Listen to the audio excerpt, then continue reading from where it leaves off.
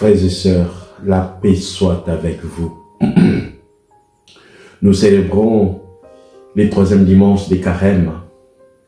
Les lectures de nos jours, de ce jour, donnent déjà à la liturgie une orientation baptismale.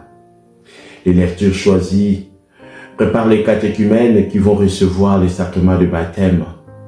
Lors de la veillée pascale a commencé leur pas décisif à travers le scrutin que nous avons commencé aujourd'hui.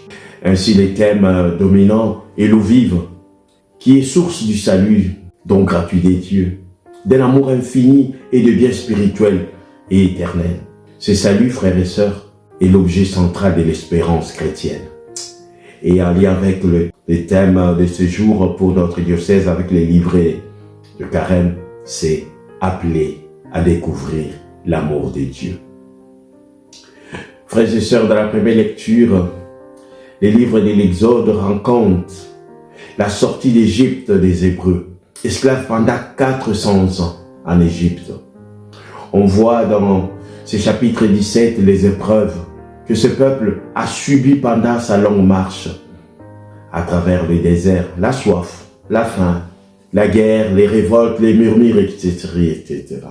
Le peuple a soif et il récrimina contre Moïse et dit « Pourquoi nous as-tu fait monter d'Égypte? Était-ce pour nous faire mourir de soif avec nos fils et nos troupeaux ?» Frères et sœurs, Moïse entend le cri du peuple et cria vers Dieu. Que vais-je faire de ce peuple? Encore un peu et ils me lapideront. Le Seigneur dit à Moïse, passe devant le peuple, amène avec toi plusieurs des anciens d'Israël. Prends en main les bâtons avec lesquels tu as frappé le Nil et va. Moi je serai là devant toi. Sur les rochers du mont Horeb, tu frapperas les rochers. Il en sortira de l'eau et le peuple boira. Et Moïse fit ainsi sous les yeux des anciens d'Israël. Frères et sœurs, les dons de l'eau dans les déserts s'inscrivent comme un geste salvifique. L'eau, c'est la vie, comme nous le disons communément. Dieu procure le salut. Dans les Écritures, la symbolique de l'eau est hautement spirituelle. C'est l'image de la vie spirituelle. C'est par la foi que Moïse a triomphé de la difficulté de cette révolte de tout un peuple. Il a cru, Moïse, que Dieu pouvait l'impossible et a bien compté sur la miséricorde de Dieu, malgré les récriminations de ce peuple, malgré la révolte de ce peuple. La foi n'est pas compatible avec la désespérance, frères et sœurs. Croire, croire, toujours croire. Oui, frères et sœurs, la vraie foi conduit toujours à l'espérance, comme nous dit saint Paul dans la 2e lecture. Frères, nous qui sommes devenus justes par la foi, nous voici en paix avec Dieu par notre Seigneur Jésus-Christ, lui qui nous a donné par la foi l'accès à cette grâce dans laquelle nous sommes établis. Et nous mettons notre fierté dans l'espérance d'avoir part à la gloire de Dieu. Oui, frères et sœurs, le Nouveau Testament instaure l'ère de la grâce. C'est le Christ Jésus lui-même qui a ouvert les portes de l'espérance et nous conduit tous à la vie éternelle. Et cette espérance, frères et sœurs, est une certitude pour nous. Et saint Paul le dit aux Romains, et l'espérance ne déçoit pas. C'était le thème de notre année jubilaire l'année dernière, qui nous a nourris. Oui, frères et sœurs, l'espérance ne déçoit pas, c'est-à-dire ne trompe pas, parce que elle a comme point d'appui l'amour que Dieu a manifesté pour les hommes. Saint Paul le dit clairement, puisque l'amour de Dieu a été répandu dans nos cœurs par l'Esprit Saint qui nous a été donné. Oui, frères et sœurs, la preuve suprême et éclatante de cet amour de Dieu pour nous est le sacrifice du Christ Jésus sur la croix. Il est mort pour nous sauver et saint Paul le dit avec ferveur. Or, la preuve que Dieu nous aime, c'est que le Christ est mort pour nous, alors que nous étions encore pécheurs.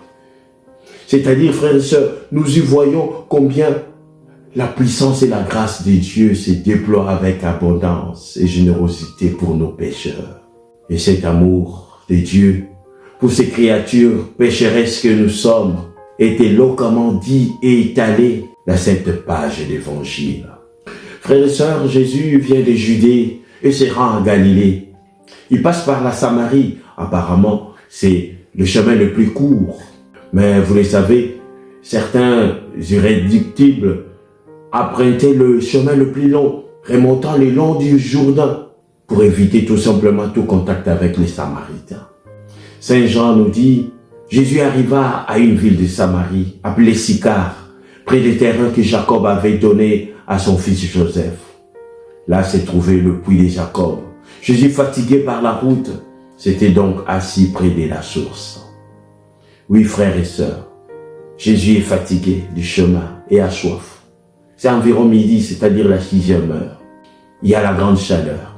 Et voilà, arrive une femme de Samarie qui venait puiser de l'eau. Jésus lui dit, « Donne-moi à boire. » La femme a sans doute reconnu dans cet étranger un juif. Elle ne lui adresse donc pas la parole. C'est Jésus qui rompt le silence et va faire tomber les barrières.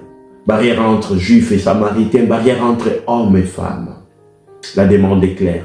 Donne-moi à boire. La demande est claire. Donne-moi à boire.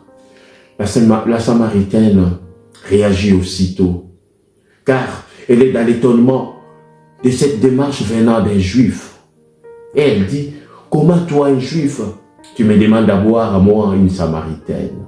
Mais Jésus change de registre. Il va à profondeur. Si tu savais les dons de Dieu, et qui est celui qui te dit, donne-moi à boire, c'est toi qui lui aurais demandé, il t'aurait donné l'eau vive. Quel paradoxe, frères et sœurs. Un homme fatigué, assoiffé, qui sollicite un peu d'eau fraîche, mais qui vient là lui proposer maintenant de donner l'eau vive. La femme ne comprend pas encore grand-chose, mais elle est impressionnée et donne un titre même à son Seigneur par respect. Seigneur, tu n'as rien pour puiser et le puits est profond. D'où as-tu donc cette eau vive? Frères et sœurs, cette femme se retrouve là. On dit à la 6e heure, à midi, la grande chaleur. Comment une femme peut venir puiser de l'eau pendant la grande chaleur? C'est le matin que les femmes viennent puiser de l'eau. Oui, il y a une raison. Parce qu'elle avait peur des jugements, des moqueries des autres par rapport à sa situation matrimoniale ou conjugale. Mais allons plus loin. Il y a un dialogue de vérité qui s'engage entre Jésus et cette femme.